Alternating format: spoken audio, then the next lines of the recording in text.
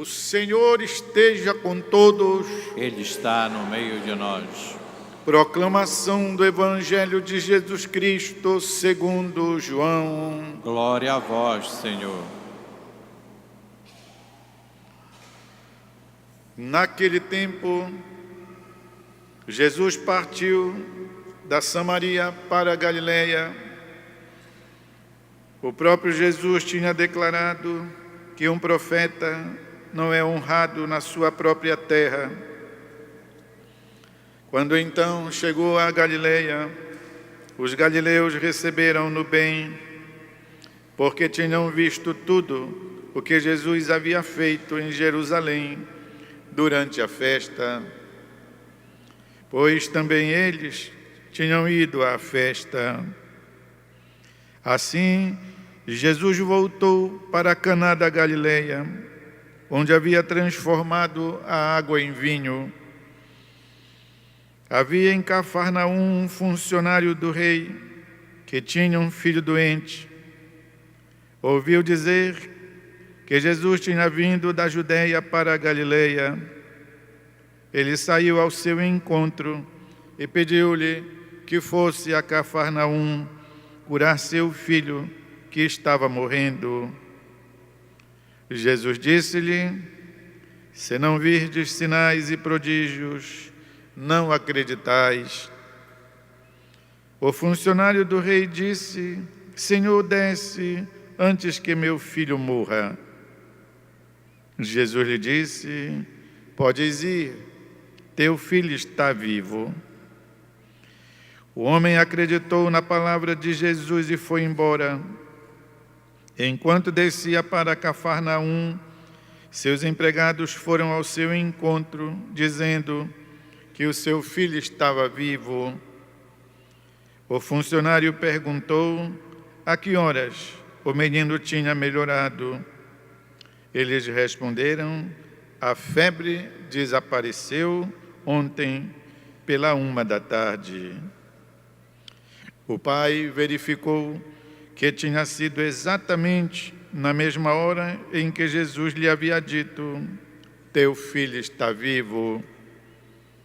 Então, ele abraçou a fé, juntamente com toda a sua família. Esse foi o segundo sinal de Jesus. Realizou quando voltou da Judeia para a Galiléia. Palavra da salvação. Glória a vós, Senhor.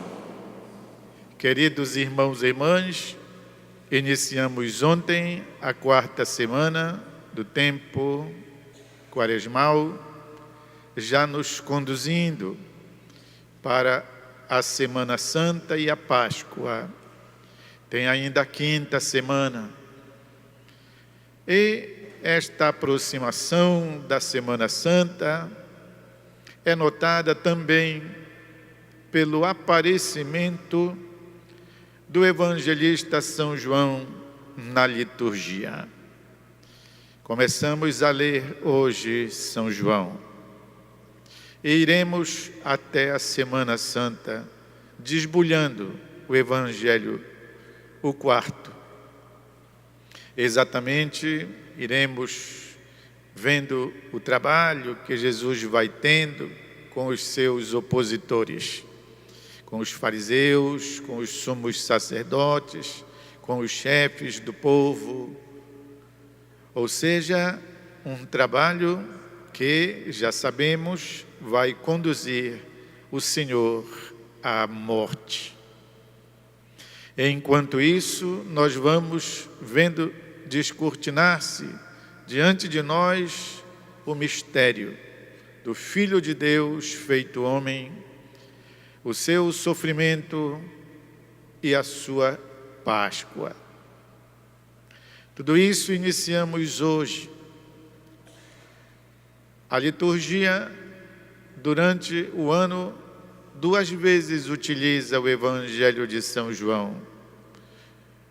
Nos últimos tempos do Advento e agora nos últimos tempos da Quaresma. O Evangelho de São João, conhecido como 4º Evangelho, é simbolizado por uma águia. A águia, conquanto não existe aqui na nossa região, sabemos que é uma ave das alturas. E não só, mas tem também uma capacidade da visão extraordinária. Lá dos altos céus, a águia enxerga o ratinho que está correndo lá embaixo. E ela pode vir, por isso mesmo, pela grandeza das suas asas, pela força do voo, pode vir aqui, pegar o ratinho para se nutrir dele. Ou seja, tem uma capacidade de visão profundíssima. O Evangelho de São João é todo especial, por isso ele não é igualado aos outros três que chamamos sinóticos, ou seja, parecidos. O Evangelho de São João não se preocupa, como os outros três, de apresentar uma história de Jesus, princípio, meio e fim, ou seja, Jesus que nasce, Jesus que cresce, Jesus que morre. Não. Tem a finalidade de apresentar como é Jesus por de dentro, o mistério do Filho de Deus feito homem. Por isso costuma-se dizer que o Evangelho de São João apresenta uma radiografia, como é o Filho de Deus no seu coração. Enquanto os outros apresentam a história, a vida de Jesus, diríamos por fora, São João nos mostra Jesus por de dentro. E começamos hoje exatamente no início da quarta semana, apresentando que Jesus, pois, deixou a sua terra, onde ele diz que nenhum profeta é querido, foi para a Galileia, especialmente para Cafarnaum. Cafarnaum é a segunda pátria de Jesus. A primeira é considerada Nazaré, conquanto ele não tenha nascido lá, nasceu em Belém, mas em Nazaré foi que ele cresceu. Tornou-se homem e viveu até os 30 anos em Nazaré, trabalhando duro. Ninguém pense que Jesus esperou completar 30 anos deitado numa rede, comendo e bebendo e dormindo. Não, senhores. Trabalhando na carpintaria, juntamente com o pai adotivo dele, São José. E agora Jesus inicia, pois, a sua atividade pública e vai para Cafarnaum. Ainda hoje a gente pode visitar Cafarnaum, essa parte em que Jesus pisou. É um sítio arqueológico. Ali, além das ruínas que tem também um bom pedaço de uma sinagoga. Uma sinagoga que não é aquela onde Jesus fez o discurso do pão da vida, mas é plantada bem em cima, onde Jesus faz grandes revelações. Eu sou o pão vivo, descido do céu. E é também em Cafarnaum que Jesus, pois, realizou isso que hoje estamos lendo. Deu a vida, ressuscitou, devolveu o filho do funcionário, como nós escutamos. E aqui Jesus inicia, digamos, a sua missão.